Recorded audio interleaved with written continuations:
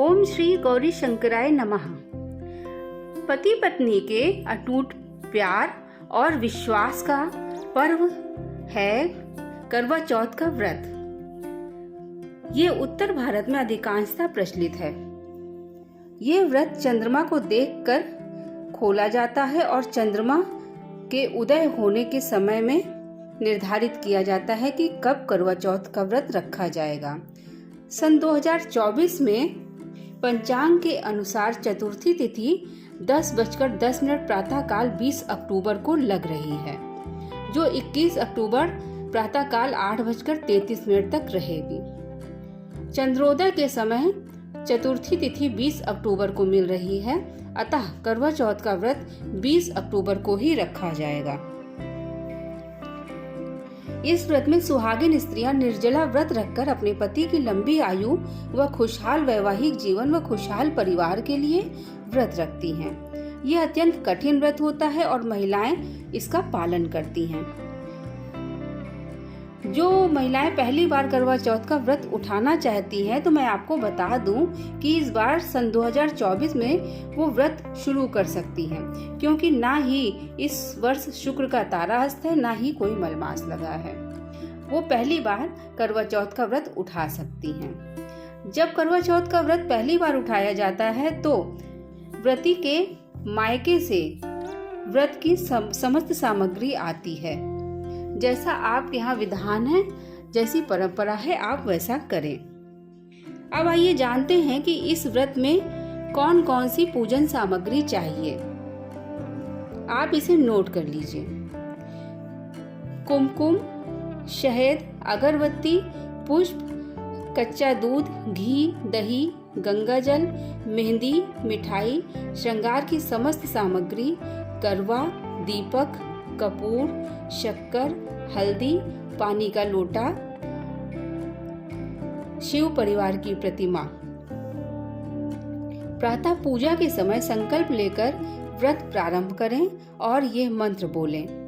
मम सुख सौभाग्य पुत्र पौत्रादि सुस्थिर श्री प्राप्तिये करक चतुर्थी व्रत महम करिष्ये। या फिर देहि सौभाग्य मारोग्यम देहि में परमम सुखम रूपम देहि जयम देहि यशो देहि दिशुजहि। ऐसा बोलकर संकल्प लेकर माता पार्वती भगवान शंकर से व्रत के लिए प्रार्थना करें कि प्रभु मैं ये व्रत रख रही हूँ और मेरी ये इच्छा पूरी करें। सर्वप्रथम लकड़ी के पाटे में शिव परिवार के साथ गौरी जी की प्रतिमा स्थापित करें। इसके बाद मूर्ति के अभाव में आप सुपारी अथवा कलावा भी बांधकर देवता की भावना करके स्थापित कर सकते हैं। फिर पंचोपचार पूजा करें, कथा सुने, चंद्रमा को अर्घ्य दें। पंचांग के अनुसार इस बार चंद्रोदय 7:40 रात्रि को होगा। फिर पति के हाथों से जल व मिष्ठान खाकर व्रत खोलें।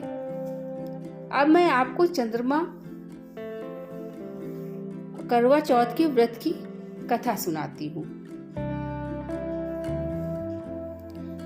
करवा माता पार्वती माता की सखी थी, जिन्हें शिव जी ने प्रसन्न होकर आशीर्वाद दिया था कि वह हर जन्म में अपने पति के साथ रहेंगी। करवा ने मृत्यु लोक में जन्म लिया, उनका विवाह हुआ और वे माता पार्वती और शिव जी की उपासना करते हुए अपना वैवाहिक जीवन व्यतीत कर रही थी। उनके पति का शरीर शिथिल हो गया था।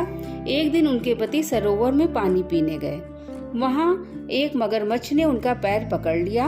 उस समय करवा मिट्टी में भूमि में लेपन करके गोले की आकृति बनाकर पूजन कर रही थी। करवा के कानों में जब अपने पति के चीखने की आवाज आई तो वे तुरंत पूजा छोड़कर भागी। वहां उन्होंने देखा कि एक मगरमच्छ उनके पति को पानी में खींचे लिए जा रहा है। करवा के सतीत्व का बल इतना अधिक था कि उन्होंने अपने पल्लू को फाड़कर मगरमच्छ की पूंछ से लपेट दिया और उसे खींचा और उसे घाट पर लगी हुई एक घास से बांध दिया। उसके सतीत्व का प्रताप इतना अधिक था कि मगरमच्छ हिल भी नहीं सका। मगरमच्छ अपने आप को उस पल्लू के बंधन से मुक्त नहीं करा पाया। कुछ देर में ही यमराज के दूत आ गए और बोले, करवा मैं तेरे पति की को लेने आया हूँ। तेरे पति की अंतिम सांसें हैं, इनका अंत समय आ गया है। कौवा ने कहा, ले जाना है तो आप मगरमच्छ को ले जाइए। तो दूत ने कहा कि अभी मगरमच्छ 9 माह और जीवित रहेगा, और वे उसके पति को ही ले जाने की कोशिश करने लगे। तब कौवा ने उन्हें श्राप देने की बात बोली। यमदूत श्राप के डर से भाग गए और यमराज से सारी बात बताई। फिर यमराज आए और कौवा को समझाया कि हम अपना नियम नहीं तोड़ सकते हैं और तुम्हारे पति को ही ले जाएंगे। कौवा को क्रोध आ गया और उसने यमराज को भी श्राप देने के लिए जैसे ही हाथ उठाया, यमराज ने उसके सतीत्व के प्रताप से खुश होकर उसे वरदान दिया कि कौवा, मैं आज तेरे पति के प्राण दान देता हूँ और तुझे वरदान देता हूँ कि कृष्ण चतुर्थी के दिन जो सुहागिन महिलाएं व्रत रखेंगे उनके पति की आयु लंबी होगी, वह उन्हें सुखी सफल वैवाहिक जीवन की प्राप्ति होगी। इस प्रकार से कौवा माता ने अपने पति के प्राणों की रक्षा मगरमच्छ से की और यमराज को भी उन्हें नहीं ले जाने दिया। उनका सतीत्व का प्रभाव इतना तेज था। कौवा माता सभी महिलाओं को सुखी सफल वैवाहिक जीवन दें, उनके पति की लंबी आयु रखें। इन्हीं मंगल कामनाओं के साथ मैं एस्ट्रोलॉजर पूजा गुप्ता आप सभी को करवा चौथ की हार्दिक शुभकामनाएं देती हूँ। नमस्कार।